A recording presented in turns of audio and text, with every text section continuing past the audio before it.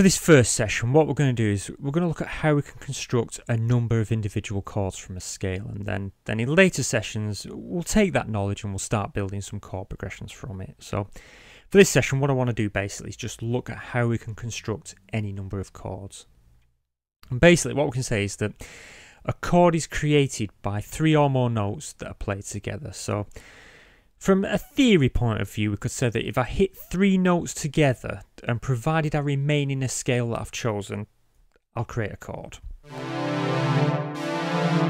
Well, the problem with that, as you heard there, is that the theory doesn't quite work. If I just hit any 3 notes in a scale, it sounds crap. Now, the reason for that is because all the notes in any scale have a harmonic relationship with one another, and just like we discussed in the previous DVD when building scales and bass lines, notes can be either strong or weak in a scale, and the very same principle applies with chords, just in a slightly different way. You see, when we play a number of notes together, what we're doing basically is we're creating an interharmonic relationship between those notes, and the fact is that some harmonic relationships will sound pleasing to our ears and others are going to sound like, well, utter crap. So when we want to construct a pleasing harmonious chord, what we need to do first is we need to work with something called intervals, and simply put, an interval is the distance in pitch between 2 notes. For example, C to D is one interval, D to E is another interval, F to G, so on and so forth. They're all intervals. C to E would be 2 intervals, and so on and so forth. And basically, it's these intervals and how we use them that will create harmonious sounding chords, or chords that will sound pleasing to our ears. So what we'll do is we'll put that theory down now in a more practical context. Now, if you've seen the previous fundamental DVD on bass, we discussed scales in some depth there, and therefore I don't want to waste space here covering all that again because, well, this is a series after all. So what we're going to do is we're going to jump forward and say that we already know that all scales, no matter what mode they're in, if we forget the accidental notes, they consist basically of 7 notes. For example, let's say that I've chosen to write my next record in the somewhat cheesy pop key of C major. Now you'll already know there that this consists of the notes C, D, E, F, G, A, and B. Now, all chords, when we want to build a chord, it must have a root note, and basically that's the first note of the chord. It's the note we choose that we want to start building a chord from, and basically to do that we can choose any note in our scale. So in our example of C major, what we could basically do there is we could pick any note in that scale. So for this example, let's say we'll choose F. We'll choose an F there. So I'll just quickly draw in an F note here. Now,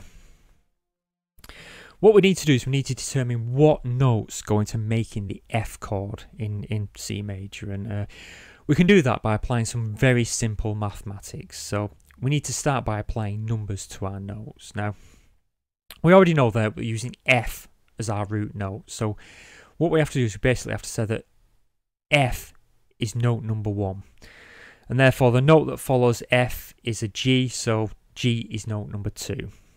A follows G, so that's note number 3. B follows A, so that's note number 4. Now at that point we have to loop back round the scale, back round to C, and we call C note number 5, then D will be note number 6, and finally E will be note number 7. Now, as I said, when we want to construct any chord, we need to use some very simple basic mathematics, and what I mean by that is to make something sound harmonious, we have to work in odd intervals, and that's 1, 3, 5, 7, and 9. So, using that theory, what we can do there is, so basically we know our root note here is an F. We chose that as our bottom foundation note of the chord, and therefore that is note number 1.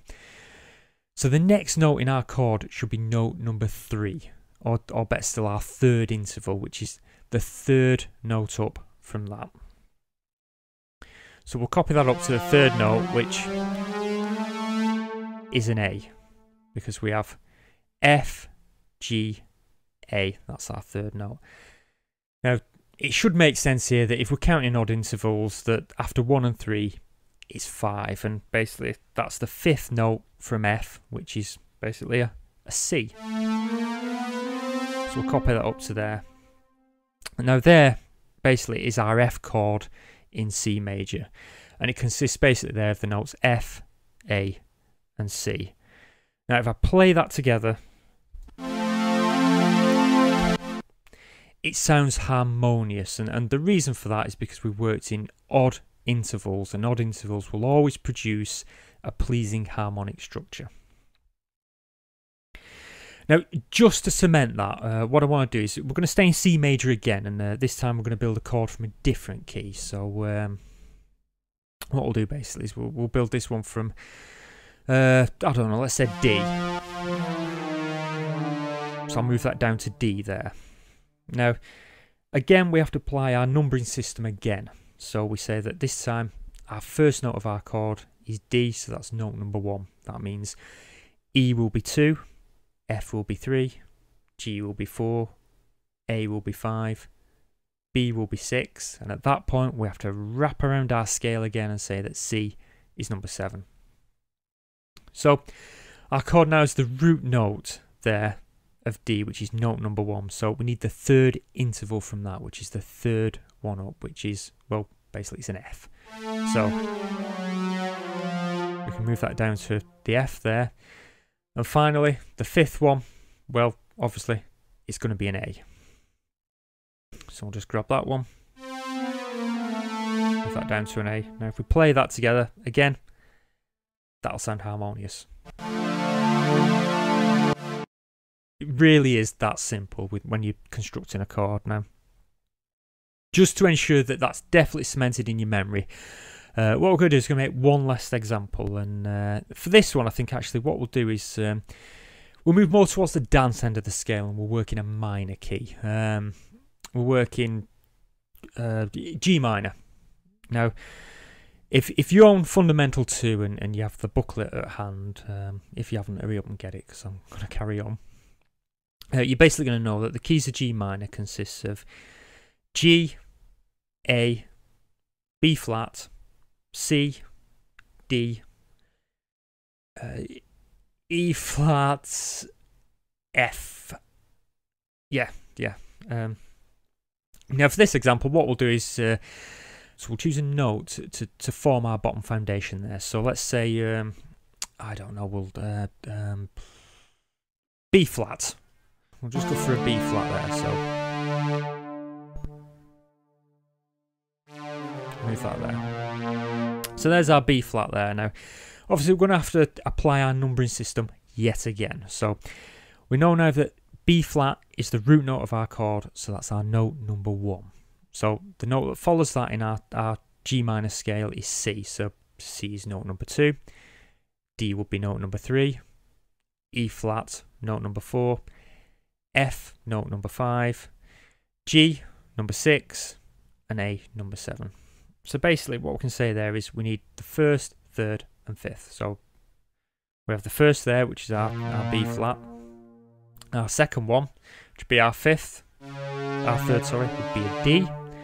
And then finally, we'd have an F there.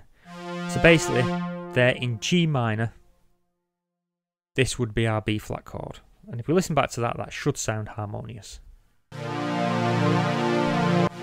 Which again, it does. So basically, that's how we build simple triads from any of the scales available to us.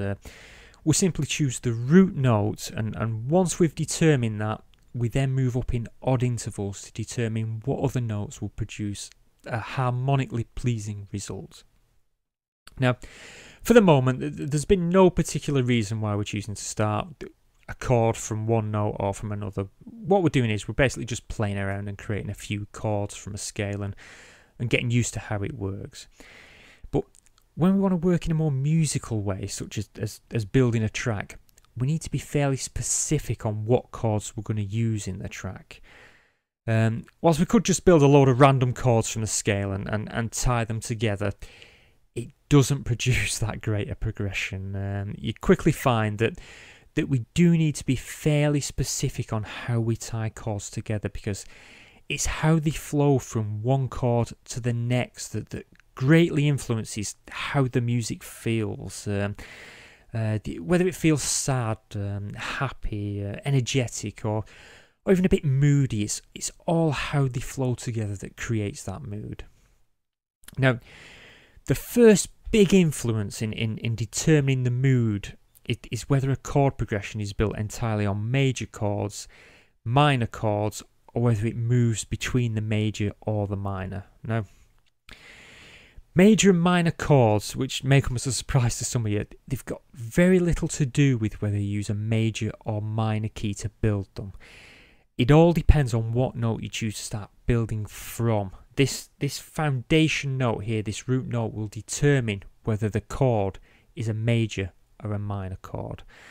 So what I want to do is, in the next session, we're going to examine exactly why that is, why this root note determines whether we're using major or minor chords.